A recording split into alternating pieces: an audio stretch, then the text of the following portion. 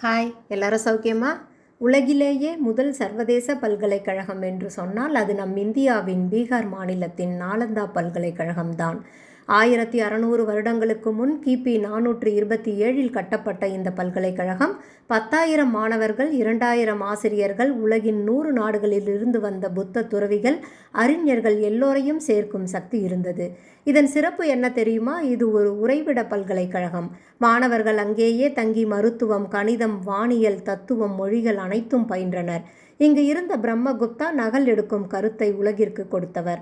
9வது தளத்தில் லைப்ரரி, அதன் பெயர் தர்மகஞ்சா. அதில் எழுதப்பட்ட பனை ஓலை எழுத்துக்கள் உலக வரலாற்று பொக்கிஷம். ஆனால் கிபி 1193 முகமது புக்தியார் கில்ஜி நாலந்தாவை தாக்கி எரித்தார். அப்பொழுது அந்த நூலகம் 3 மாதங்கள் தொடர்ந்து எரிந்து கொண்டிருந்தது. சுமார் 9 மில்லியன் புத்தகங்கள் உலக வரலாற்றில் என்றோ மறந்து போயின.